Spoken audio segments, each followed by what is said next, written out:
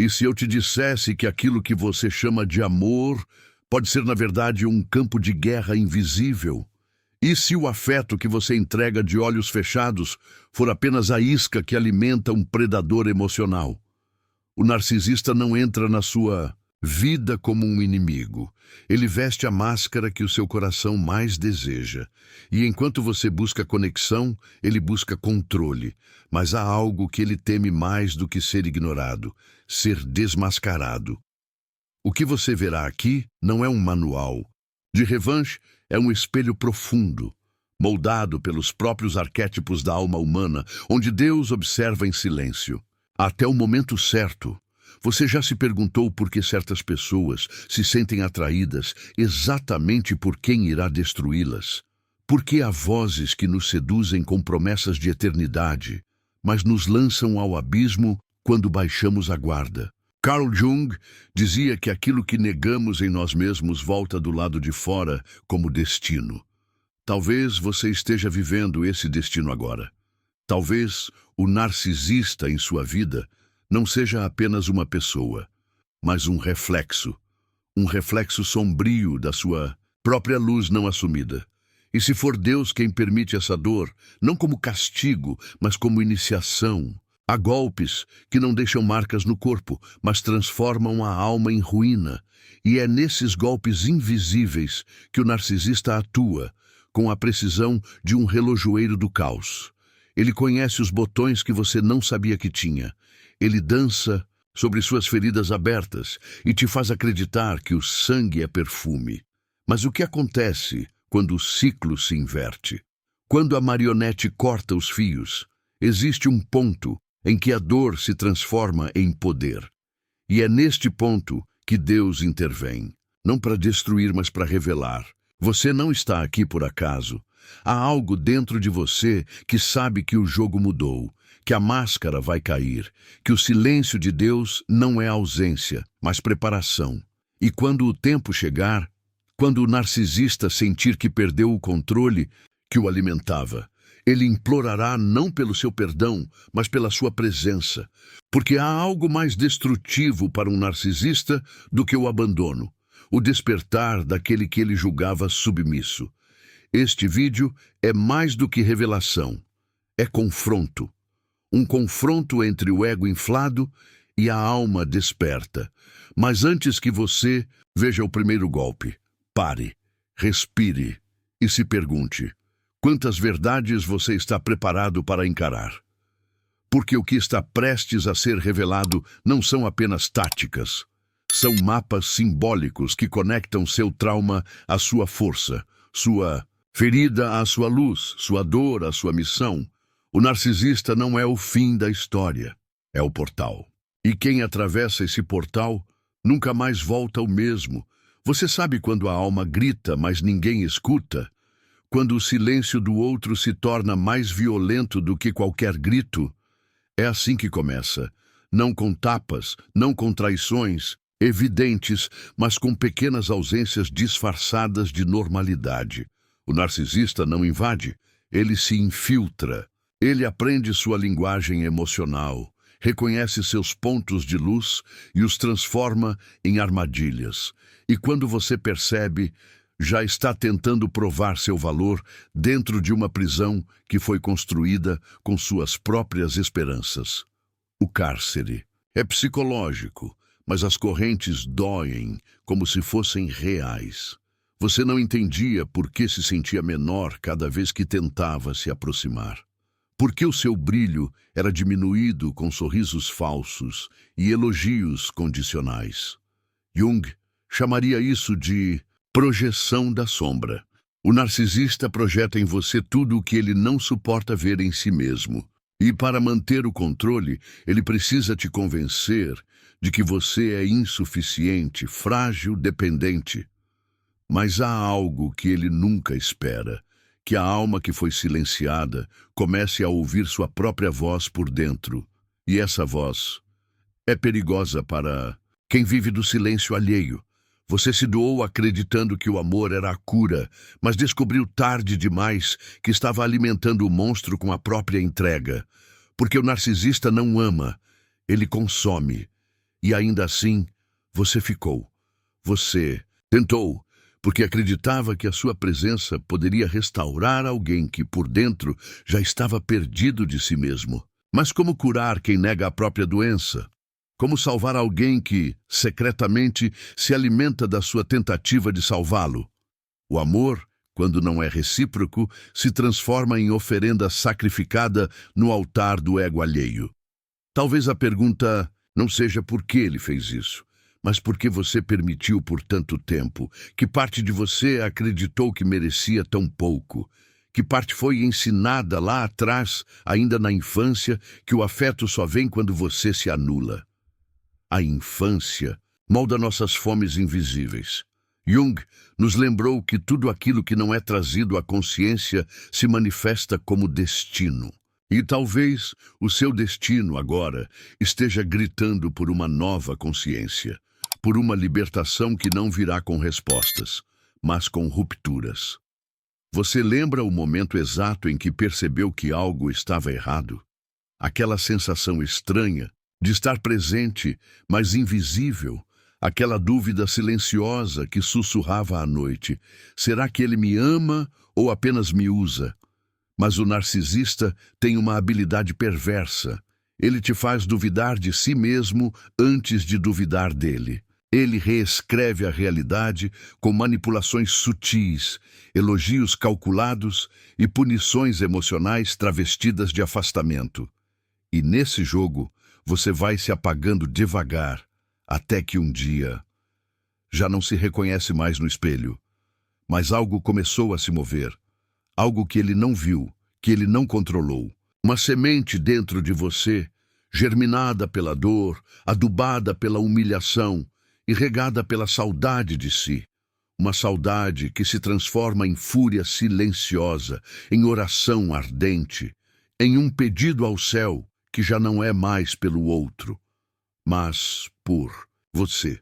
E quando Deus ouve esse tipo de oração, o céu inteiro se move. O que o narcisista chamou de fraqueza, o universo chama de renascimento. É nesse ponto que a inversão começa. A dança muda, a vítima desperta, e o algoz se vê sozinho no palco, sem plateia, sem aplauso, sem poder. Mas ele não desiste fácil. Ele volta, finge arrependimento, promete céus que nunca construiu. Porque sem você, ele não se sente real. Ele precisa da sua dor para justificar sua existência. E é aí que Deus age, não arrancando você à força, mas abrindo seus olhos de dentro para fora. O verdadeiro milagre não é o narcisista implorar. O verdadeiro milagre é você não implorar mais. É quando a sua energia muda e o que antes te controlava começa a se fragmentar. Porque agora há presença, há consciência, e o narcisista, que antes manipulava suas sombras, agora se enxerga nelas. E o reflexo o assusta. Ele sente, ele percebe, ele começa a implorar sim, mas não por amor. Ele implora pelo controle que perdeu. E nesse instante sagrado, quando o jogo se inverte, você entende que não se tratava apenas dele. Era sobre você. Sobre acordar da ilusão, sobre recolher os pedaços, sobre restaurar aquilo que nunca deveria ter sido entregue em troca de migalhas. Você começa a entender que o golpe mais poderoso nunca foi externo, sempre foi interno, porque o verdadeiro narcisista que te assombrava era o eco do abandono que você aprendeu a aceitar. O que machuca de verdade não é o grito, é o silêncio. O segundo golpe psicológico que o narcisista usa e que Carl Jung reconheceria como uma ferramenta perversa de dissociação da alma. Não vem com violência explícita, vem com ausência, um vazio milimetricamente calculado, uma presença fantasma que paira sobre os seus dias e te faz questionar sua própria sanidade. Ele some, mas deixa rastros, ele está ali, mas não está. E nesse espaço de incerteza emocional, sua mente começa a gritar em frequências que só você ouve.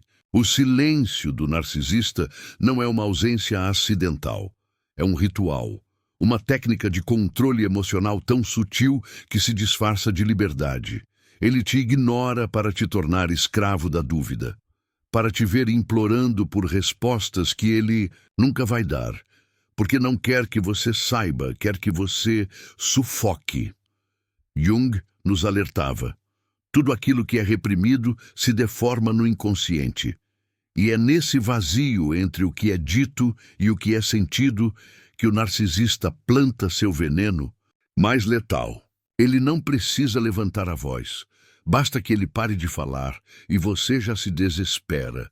Você tenta se convencer de que não é tão grave, que talvez ele esteja só ocupado, cansado, confuso. Mas dentro de você, uma parte sabe. Há algo cruel naquele silêncio. Um desprezo meticulosamente calculado.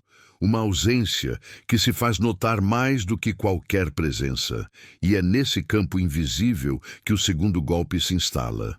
O narcisista aprendeu que o castigo mais profundo não vem do conflito, mas do abandono emocional estratégico. É a punição pela sua autonomia, pelo seu brilho, por qualquer tentativa sua de romper a simbiose tóxica que ele criou. Você pergunta, e ele não responde. Você se aproxima e ele se afasta. Você chora e ele sorri por dentro. Porque o que ele quer não é a sua dor explícita, é a sua agonia silenciosa. O segundo golpe é esse: fazer com que você suplique por uma migalha de atenção que deveria ser sua por direito. Não porque você é carente, mas porque você foi condicionado a acreditar que o silêncio dele é culpa sua. Que se ele não responde, é porque você não fez o suficiente. Mas a verdade é outra. Ele sabe exatamente o que está fazendo. E quanto mais você tenta se explicar, mais ele se cala. E quanto mais ele se cala, mais você se perde. É um ciclo que se retroalimenta. Um labirinto sem saída visível, onde a única luz que te guiaria, a comunicação, foi extinta propositalmente. Carl Jung dizia que a alma se fere quando é forçada a viver numa mentira. E não há mentira mais destrutiva do que acreditar que você precisa fazer mais para merecer ser visto. Esse é o segundo golpe. Uma arma invisível que corrói sua essência e deixa a sua autoestima em ruínas, mesmo quando ninguém lá fora percebe. Mas há um momento em que o silêncio deixa de ser apenas ausência. Ele vira presença sufocante. Você sente o peso daquele não dito em cada canto da casa, em cada mensagem visualizada e ignorada, em cada respiração contida para não parecer cobrando demais. E aos poucos, você começa a se calar também, não por escolha, mas por exaustão. O silêncio dele se torna o seu. Você entra em colapso emocional sem um grito, sem uma explosão. Você implode. E nesse ponto algo se rompe por dentro. Você percebe que está tentando dialogar com uma parede, que está tentando amar alguém que não tem mais nada para oferecer, além de ausências ensaiadas. E então vem o vazio maior. Perceber que não é ele quem está ausente, é você quem foi embora de si mesma. O segundo golpe não te destrói com força. Ele te apaga com lentidão. Como a erosão que, dia após dia, faz a montanha virar pó. Como a espera que envelhece o amor até ele se tornar esquecimento. Só que mesmo nesse escuro, há algo que ainda pulsa, um lampejo, uma lembrança do que você era antes de se moldar, para caber num silêncio que nunca foi seu. Jung diria que o inconsciente não descansa, e é ele que começa a bater nas portas internas da sua alma, te chamando de volta. Mostrando que essa ausência do outro talvez tenha sido a única forma que o universo encontrou para te obrigar a ouvir a sua própria voz. Porque enquanto ele se cala, Deus sussurra, e o que ele diz não pode ser ignorado. Você não foi criada para mendigar afeto, nem para implorar por respostas de quem já decidiu viver na superfície rasa das relações. Você é abismo. É profundidade, é sombra e luz. E agora que você conhece o segundo golpe, talvez comece a enxergar a arma que ele mais teme, a sua presença plena, porque quando você volta para si, o silêncio dele perde o poder. Quando você preenche o próprio vazio, a ausência dele vira eco. E o que era controle vira desespero. É aí que ele implora, não porque mudou, mas porque perdeu aquilo que usava para se sentir Deus, o controle sobre a sua alma. E agora, pela primeira vez, é você quem decide. Você quem define. Você quem determina.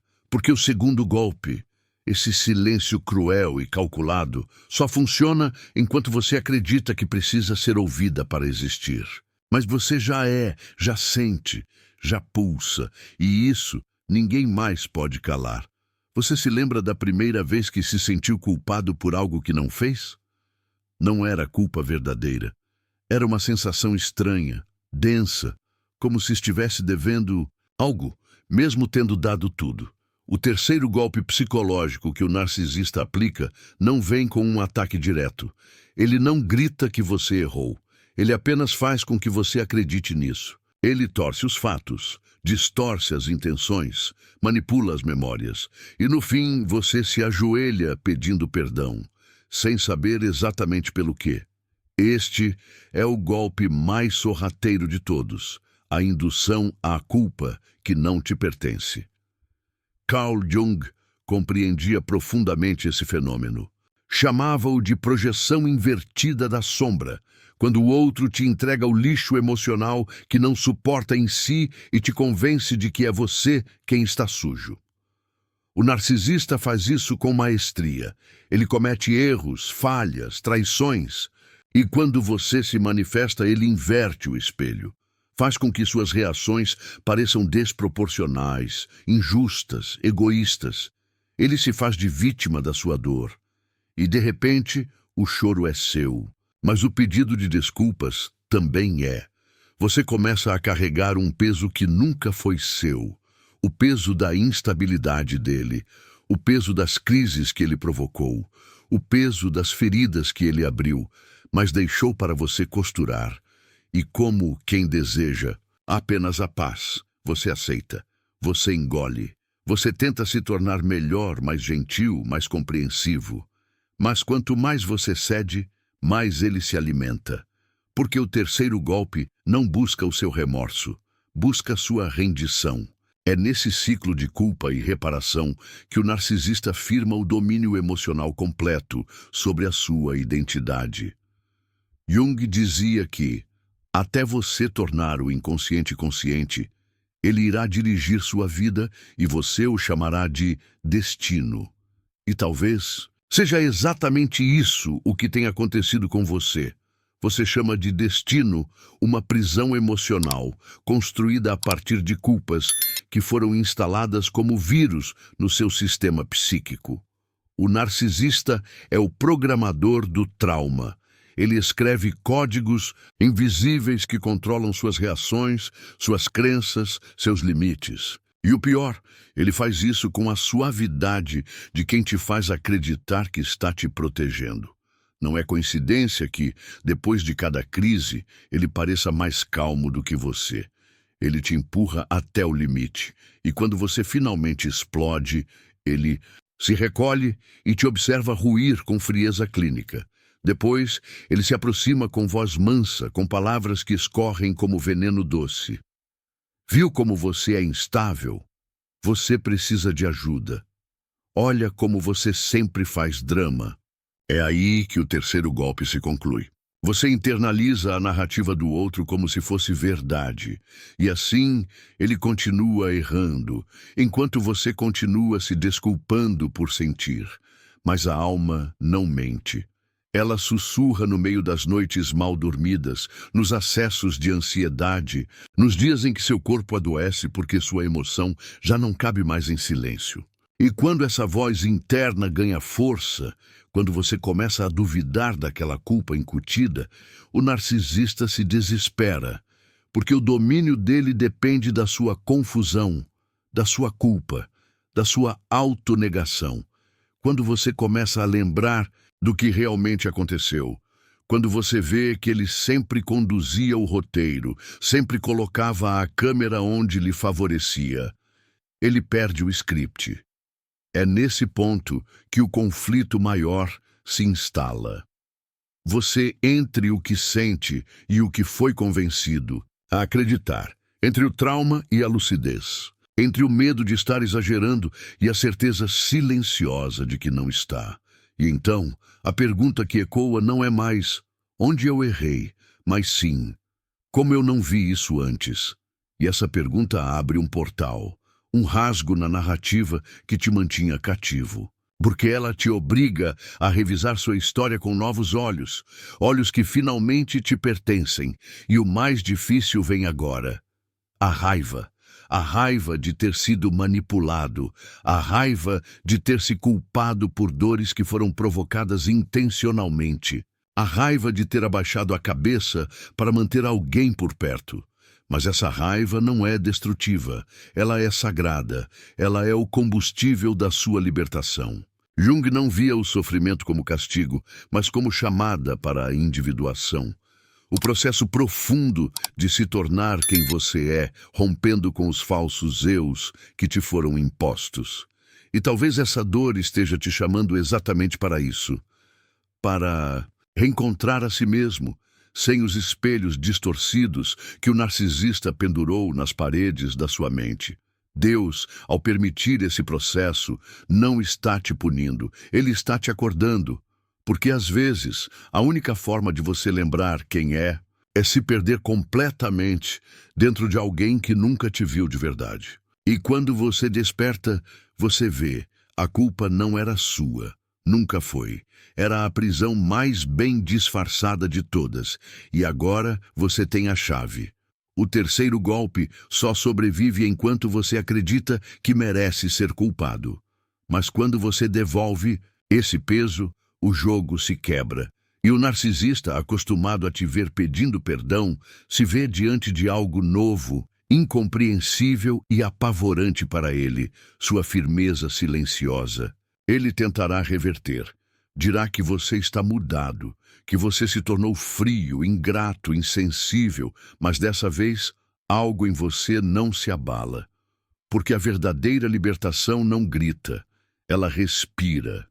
Ela se move com a tranquilidade de quem finalmente voltou para casa. E essa casa é você. Você acorda um dia e não sabe mais quem é. Sua voz parece distante. Seus gostos mudaram. Seus gestos já não te pertencem. As roupas que veste não refletem mais nada de você, nem o brilho nos olhos, nem a postura, nem a alma. Aparentemente está tudo certo. Mas dentro, tudo está errado. Esse é o quarto golpe psicológico do narcisista, a destruição invisível da sua identidade. E diferente dos outros, esse não chega com dor explícita, mas com dissolução. Um apagamento lento, onde você se torna um rascunho do que era, e o molde do que ele queria que você fosse. Carl Jung ensinava que o ser humano, para viver de forma autêntica, precisa integrar o seu verdadeiro self. Mas o narcisista sabe disso, e é exatamente por isso que ele te afasta dessa essência. Ele não quer que você seja inteiro, ele quer que você seja útil. Um personagem moldado para satisfazer suas carências, seu ego, suas necessidades ocultas. Aos poucos, ele rouba as cores da sua alma e te entrega uma versão pálida, controlável, dependente. E o mais assustador, você começa a aceitar, começa a acreditar que essa versão mutilada é tudo o que você é capaz de ser. O quarto golpe é sofisticado. Ele não ataca, ele molda, ele te elogia. Mas só quando você se comporta como ele deseja. Ele te abraça, mas só quando você se cala. Ele te dá afeto, mas apenas quando você está quebrado o suficiente para não confrontá-lo. A falsa identidade que ele constrói para você é como uma jaula de ouro. Parece proteção, parece amor, parece cuidado, mas é prisão. Porque não existe liberdade onde você precisa se esconder para ser aceito. E não existe amor onde a sua autenticidade representa ameaça. E você começa a ouvir frases que parecem inocentes, mas são programações psicológicas. Você era tão melhor antes de questionar, antes de crescer, antes de perceber. Ninguém mais teria paciência com você, como se ele fosse a sua última chance. Você tem certeza de que quer isso? Como se seus desejos fossem perigosos, infantis, irresponsáveis. E sem perceber, você vai se dobrando. Vai silenciando partes de si. Vai pisando em ovos dentro da própria alma, porque você aprendeu que para ser amado precisa ser alguém que não é você. Jung dizia que a maior tragédia da alma é viver segundo a expectativa dos outros. E é exatamente essa tragédia que o quarto golpe instala. Você passa a se definir pela lente distorcida do narcisista. Você acredita que é difícil, que é instável, que é desequilibrado. Porque ele te disse, porque ele repetiu, porque ele fez com que você internalizasse como verdade absoluta. E quanto mais você se afasta de quem é, mais ele se aproxima. O narcisista ama o vazio, ama a ausência de identidade, porque é nesse vácuo que ele instala o próprio reinado. Mas então, um dia, acontece o impensável. Um gesto, uma palavra, uma memória. Algo que desperta uma faísca. Pode ser uma foto antiga, um perfume, uma lembrança de quem você era antes dele. E essa faísca incomoda, porque ela te lembra que existe vida fora da bolha emocional que ele construiu. E mesmo que você tente ignorar, essa lembrança começa a crescer. Ela invade seus pensamentos. Ela te chama pelo nome que você esqueceu.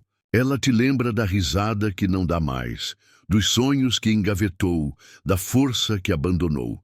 O quarto golpe começa a ruir quando a sua essência decide voltar, e ela volta com dor, porque ver-se ferido é doloroso. Ver-se apagado, silenciado, deformado é brutal. Mas é também o primeiro passo para o retorno. Você começa a questionar, a olhar no espelho com olhos diferentes, e percebe que algo ali não combina. A forma como fala, como anda, como age, tudo foi treinado. Tudo foi ensinado por alguém que nunca quis te conhecer, apenas te moldar. E então você entende, não foi você que mudou, foi você que desapareceu para sobreviver. E quando você começa a recuperar pequenos pedaços, uma música que sempre amou, um hábito esquecido, uma coragem sufocada, o narcisista sente, porque a identidade falsificada que ele te impôs começa a rachar. Ele percebe que não tem mais controle sobre seus gostos, suas palavras, sua forma de estar no mundo. E ele entra em pânico, porque você, voltando a ser você, é ameaça, é confronto, é rompimento, e ele tentará te puxar de volta com promessas, com chantagens, com acessos de falsa vulnerabilidade. Mas agora, algo em você não se dobra, mas, porque a dor de se perder já foi grande o suficiente. Agora a dor maior seria continuar sem se encontrar. Jung dizia que quem olha para fora sonha, quem olha para dentro desperta. E é esse despertar que começa a incendiar sua alma. Não como revolta, mas como lembrança. Você se lembra de quem era, de quem nasceu para ser, e cada memória, resgatada, é um golpe contra o império que o narcisista construiu sobre você. Ele sente, ele treme, ele implora, porque está perdendo não só o poder, está perdendo o espelho distorcido onde ele se via como salvador. E então, pela primeira vez, você se vê inteiro, com falhas, com sombras, com cicatrizes, mas inteiro. E entende que o quarto golpe nunca mais terá o mesmo efeito, porque agora você se reconhece. E quando alguém se reconhece, ninguém mais pode ditar quem ele deve ser. Você acredita que terminou, que escapou, que venceu, mas de repente ele volta, como se nada tivesse acontecido, com um sorriso no rosto, um pedido suave de conversa, um gesto familiar que toca exatamente no lugar onde ainda há saudade. E antes que perceba, você já está sentado à mesa, explicando coisas que ele nunca entendeu e que, no fundo, nunca quis entender. Esse é o quinto golpe psicológico, o mais profundo, o mais perigoso, o mais disfarçado de amor. O ciclo eterno que prende a sua alma, disfarçado de reconciliação. O retorno do narcisista não é afeto, é estratégia. Ele sente quando você começa a se libertar, quando a ausência dele começa a deixar de doer, quando você finalmente respira por si, sem precisar da validação que antes te mantinha vivo. E é nesse momento que ele aparece, não porque te ama, mas porque te perdeu. Jung falava sobre os arquétipos que nos habitam, e esse retorno é a invocação do Salvador sombrio, uma figura que se aproxima com aparência de redenção, mas que, na verdade, te arrasta de volta ao abismo que levou anos para você tentar sair. O quinto golpe não é sobre palavras, é sobre ciclos, sobre aquele abraço que te desmonta, aquela lembrança que te confunde, aquela esperança idiota que te sussurra que talvez agora ele tenha mudado, mas ele não mudou. Ele apenas esperou. Esperou o seu coração cicatrizar o suficiente para bater de novo e então poder quebrá-lo de novo. É uma dança macabra de ida e volta, onde o tempo se estica, as promessas se repetem e a ferida se abre sempre no mesmo lugar. Porque o ciclo é a prisão e você, sem perceber, se torna cúmplice do próprio cárcere. O narcisista precisa do ciclo para sobreviver, porque ele não sabe sustentar o amor. Ele só sabe recriar o caos. E quando o ciclo se repete, ele ganha tempo, ganha controle, ganha um novo fôlego para continuar o mesmo. Ele diz que pensou, que refletiu, que agora entende. Mas, no fundo, tudo o que ele entende é que você ainda tem algo a oferecer. Energia, cuidado, presença. E é disso que ele se alimenta. Não do amor, mas do movimento circular da sua entrega. E quanto mais você volta, mais ele se afirma. E quanto mais ele se afirma, mais você se apaga. Jung afirmava que o inconsciente não esquece. E é ele que grita em você quando o ciclo recomeça. Seu corpo dói, seu peito aperta, seu sono se desfaz. Porque a alma sabe, a alma reconhece, a alma se cansa. Mas o ego quer acreditar. O ego quer acreditar que esse amor vale o risco, que o outro mudou, que agora será diferente. Mas o ego se ilude, e o narcisista sabe exatamente como alimentar essa ilusão. Ele se torna quem você sonha, por um tempo, e depois volta a ser quem ele é. E o ciclo, mais uma vez, começa. A mente racional tenta argumentar. Diz que não pode ser tão ruim assim, que talvez valha mais uma chance, que talvez seja você quem esteja vendo demais. Mas o coração emocionalmente ferido se apega às migalhas como se fossem banquetes, porque o ciclo cria dependência. Um tipo de vício invisível, onde a dor e o prazer se misturam até você não saber mais o que é amor e o que é trauma. E nesse estado de confusão, você perde a linha do tempo da própria história. Perde os marcos, perde a força, perde a vontade de sair. Mas algo começa a mudar.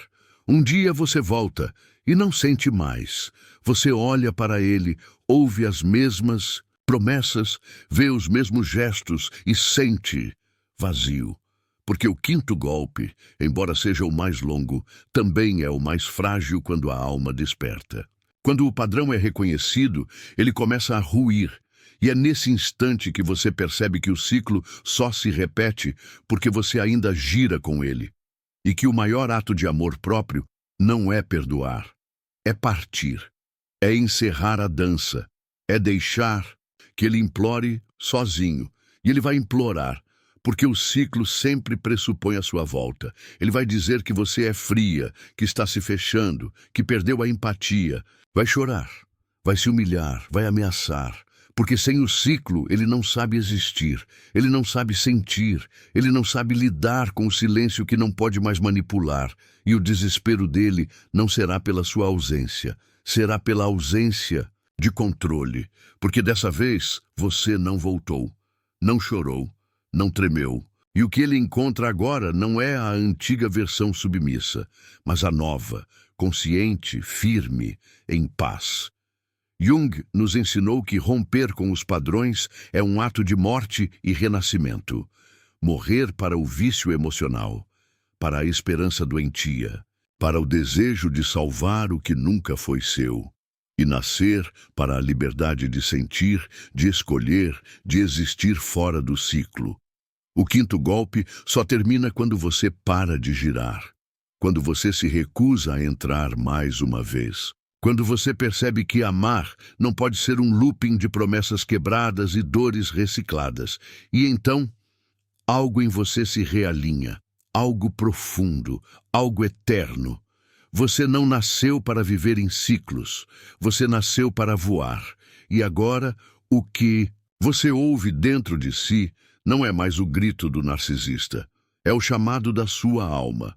A mesma alma que suportou o primeiro golpe, sobreviveu ao segundo, se curou do terceiro, se reencontrou após o quarto. E agora no quinto, finalmente entendeu. Quem implora agora é ele, porque quem você era não está mais disponível. Às vezes, a maior vitória não se parece com um grito de liberdade, mas com um suspiro silencioso. Aquele instante em que você volta a habitar o próprio corpo, como se estivesse retornando de uma guerra que ninguém mais viu. E talvez tenha sido mesmo isso, uma guerra sem bombas, mas com palavras afiadas, sem tiros, mas com silêncios letais, sem campo de batalha, exceto dentro de você. Tudo o que foi dito até aqui não é apenas sobre o narcisista. É sobre as partes de você que foram moldadas pela dor e agora se erguem, não como vítimas, mas como testemunhas da própria reconstrução. Você não foi fraco por ter acreditado, você foi humano. Amar é arriscado, confiar é uma ousadia sagrada. E se entregou não porque era tolo, mas porque sua alma é inteira. O problema nunca foi sua capacidade de amar. O problema foi ter oferecido esse amor a quem só sabia usá-lo como moeda de controle. Mas mesmo assim, você amou. E isso te salvou.